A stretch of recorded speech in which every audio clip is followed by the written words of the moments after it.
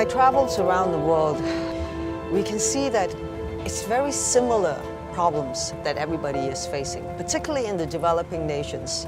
You know, when there is great need for the country to develop, immediately roads are being built, but they need to be safe roads. And when roads are built, you know, it's programs like the IRAP, which comes in and assess the existing roads, the infrastructure that is so necessary for a developing nation, that they are done well. And when they are not, they have to be rectified. You know, we've had enough of talk. It's really excellent news that the global goals that have now been put in place to replace the Millennium Development Goals have now included road safety as one of the priorities. That's been one of our main objectives for quite some time, is to get road safety recognised as being a health and development issue, and now to have it as one of the goals is supremely useful for all of us in getting the political momentum behind it. It's an ambitious goal, because to reduce by half the carnage on our world's roads by 2020, you know, is going to be very, very ambitious and difficult to achieve. But I think it's right and proper that we set our aim high, and that aim has got to be achieved, because we're talking about human lives as well as the economic benefits that would come from reducing the carnage on roads. Improving the safety performance of the 10% highest risk roads is a defined and affordable example of what we must aim for by 2020. The IRAP vision is for a world free of high-risk roads. Our target is simple. We want to eliminate 1- and 2-star roads from the world's road network. Our assessments across over 500,000 kilometres of roads so far have identified 55% of roads are 1- and 2-star.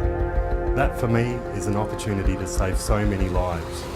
Just one movement in star rating, we can halve the death rate on that road.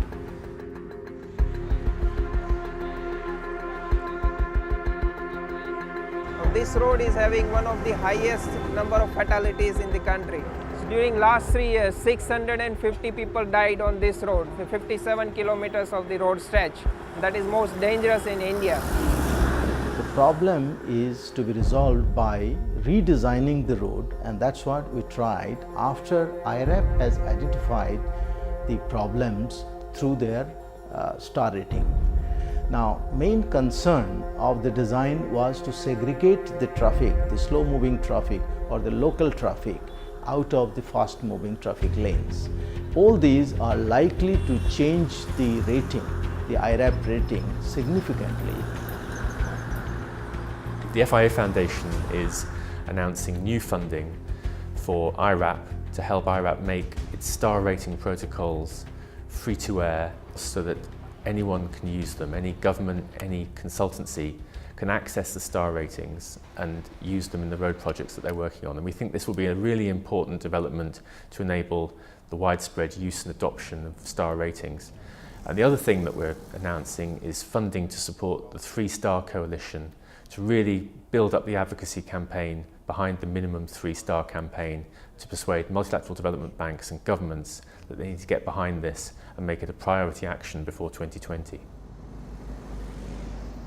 We knew that when we designed the RAP star rating system, that we were dealing with low-income and middle-income countries who didn't have much capacity in this area. So we developed tools specifically for them. It was an unusual investment by philanthropy, but it was done. And then we found that these tools could actually be applied very effectively in high-income countries, because very often small authorities don't have the capacity either. And so what we have now is the paradox, is that the tools that were designed and targeted and tailored for low and middle-income countries are now being increasingly applied in high-income countries. And countries like Sweden gave us the metrics, the strategy, raise the amount of travel that is undertaken on 3-star roads or better. And if you hold that to hand as a guide, then the whole management of highway networks follows. So we are now on our way to a 2+1 road, which is a kind of road we have developed over the last few years. So we are now in the 2 side of the road. We have overtaking possibilities. We have a median guardrail eliminating the head-on collisions. So we have reduced the fatalities on these roads with more than 90%. Every year, more than 1 million lives are lost on roads throughout the entire world, and these deaths are commonly concentrated on busy, high-risk roads that only have a 1 or 2 star safety rating.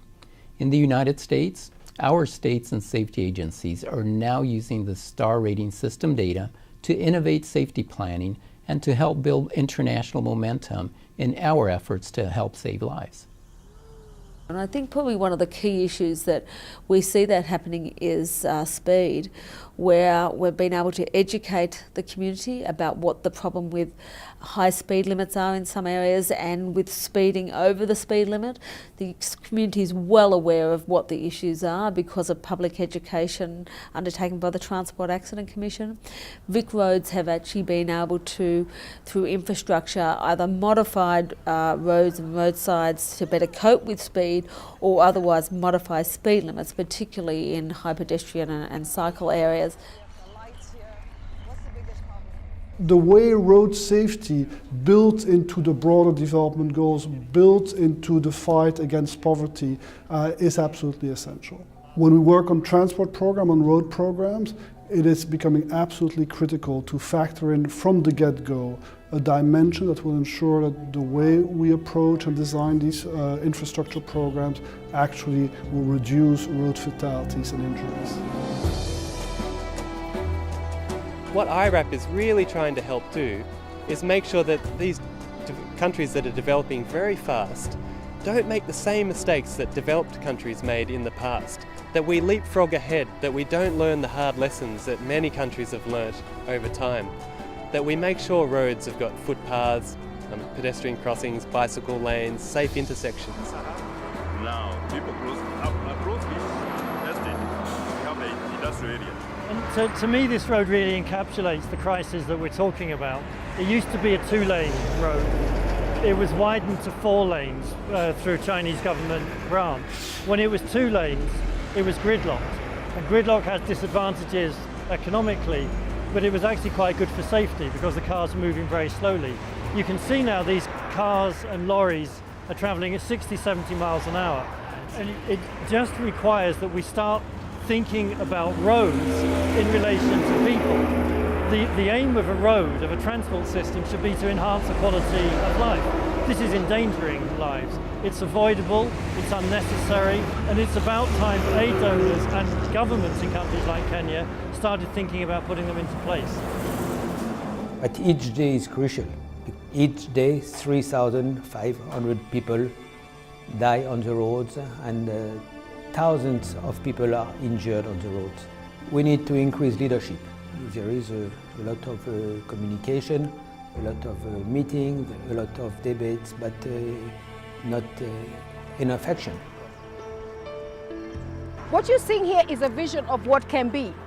We can measure this. The International Roads Assessment Program have assessed roads across the world, and I would like to see across the world leaders put their declarations into action. Let us see the roads built and let's measure them so that we can hold them accountable to show that they care for us and for our population, for our children, by building something so simple but so effective.